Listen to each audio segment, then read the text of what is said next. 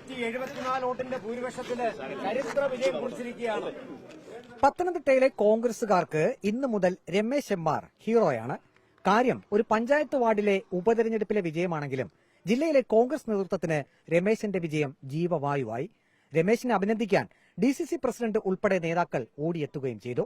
LDF ഭരിക്കുന്ന നാരങ്ങാനം ഗ്രാമപഞ്ചായത്തിലെ 9ാം ward കടമനിട്ടയിൽ നടന്ന ഉപതെരഞ്ഞെടുപ്പിലാണ് UDF സ്ഥാനാർത്ഥി രമേശ് എം.ആർ. വൻ ഭൂരിപക്ഷത്തിൽ വിജയിച്ചത്. ഉപതെരഞ്ഞെടുപ്പിന് മുമ്പ് രമേശ് എം.ആർ. കോൺഗ്രസ് നേതൃത്വത്തിന് ഒരു വാക്ക് കൊടുത്തിരുന്നു. ഞാൻ പറഞ്ഞത് ഇന്ത്യൻ നാഷണൽ കോൺഗ്രസിന്റെ ഒരു വാർഡല്ല കടമനിട്ട വാർഡ്. പക്ഷേ ഇപ്പോഴത്തെ രാഷ്ട്രീയ സാഹചര്യം ഇന്ത്യൻ നാഷണൽ കോൺഗ്രസിന് അനുകൂലമാണ്. വീടുകൾ കയറുമ്പോൾ ഞാൻ നിത്യ ഈ വീടുകൾ സന്ദർശിക്കുമ്പോഴും മറ്റുമായിട്ട് നമ്മുടെ സാധാരണക്കാർ ജനങ്ങൾ ബുദ്ധിമുട്ടിലാണ്. അപ്പൊ അവരുടെ ഒരു വാക്ക് എന്നെ ഈ നാട്ടിലെ ജനങ്ങൾ ഏറ്റെടുക്കും.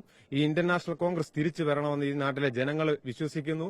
അതുപോലെ തന്നെ സാധാരണക്കാർക്ക് കിട്ടുന്ന പെൻഷനുകൾ അതെല്ലാം ജനങ്ങൾ നമ്മളോട് പറയുമ്പോൾ അതിന്റെ ആത്മവിശ്വാസത്തിൽ ജില്ലാ കോൺഗ്രസ് കമ്മിറ്റിയുടെ പ്രസിഡന്റിനോട് ഞാൻ പറയുകയുണ്ടായി. 22-ാം തീയതി ഇലക്ഷൻ നടക്കും. 23-ാം തീയതി 10:30 ആകുമ്പോൾ റിസൾട്ട് അറിയും. 24-ാം തീയതി ബഹുമാനപ്പെട്ട KPC പ്രസിഡന്റ് പ്രതിപക്ഷ നേതാവും വരുമ്പോൾ ഇന്ത്യൻ നാഷണൽ കോൺഗ്രസിന്റെ ഒരു വിജയം സമ്മാനിച്ചുകൊണ്ട് ആ സ്റ്റേജിൽ ഞാൻ കാണുമെന്ന് ഇന്ത്യൻ നാഷണൽ കോൺഗ്രസിന്റെ പ്രസിഡന്റിനോടും സഹഭാരവാഹികളോടും ഞങ്ങൾ പറഞ്ഞിരിക്കുകയാണ്. ഈ നാരങ്ങാനത്തെ കോൺഗ്രസിന്റെ അതിശക്തമായ ഒരു തിരിച്ചുവരവ് കൂടിയാണ്. ജില്ലയിലെ 5 നിയമസഭാ മണ്ഡലങ്ങളിലും UDF തോറ്റു തൊപ്പിയിട്ട് നിൽക്കുന്ന അവസ്ഥയിൽ DCC നേതൃത്വത്തിന് ഒരു ചെറിയ കച്ചിത്തുരുമ്പായി രമേശിന്റെ വിജയം. ലോക്സഭാ തെരഞ്ഞെടുപ്പിന് മുന്നോടിയായുള്ള ഒരു സാമ്പിൾ വെടിക്കെട്ടാണ് രമേശിന്റെ വിജയം എന്നുവരെ പറഞ്ഞു കളഞ്ഞു DCC പ്രസിഡന്റ് സതീഷ് കൊച്ചുപറമ്പിൽ. തീർച്ചയായും ലോക്സഭാ തെരഞ്ഞെടുപ്പിന്റെ മുന്നോടിയായി നടന്ന ഒരു ഉപതെരഞ്ഞെടുപ്പ് എന്നുള്ള നിലയിൽ ഈ പ്രദേശത്തെ ജനങ്ങൾ മുഴുവൻ ഈ ഗവൺമെന്റിനെ വെറുത്തിരിക്കുന്നു.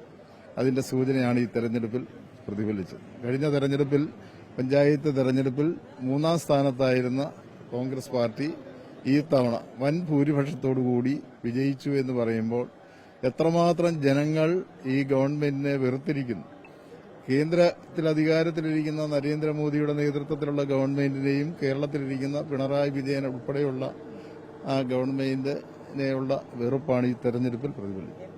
UDF സ്ഥാനാർത്ഥി രമേശ് എം.ആറിന് 414 വോട്ടും BJP സ്ഥാനാർത്ഥിക്ക് 240 വോട്ടും LDF സ്ഥാനാർത്ഥിക്ക് 170 വോട്ടും ലഭിച്ചു. രമേശിന്റെ ഭൂരിപക്ഷം 174 വോട്ട്.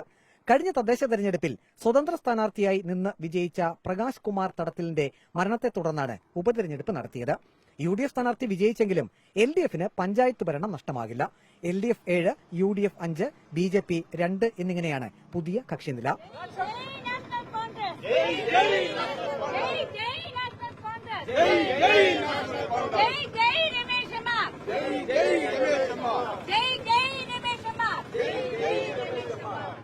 വീഡിയോ ജേർണലിസ്റ്റ് അജി കുടുംബനൊപ്പം reporter Praveen Purushothaman, in reporter, Pathanamthitta.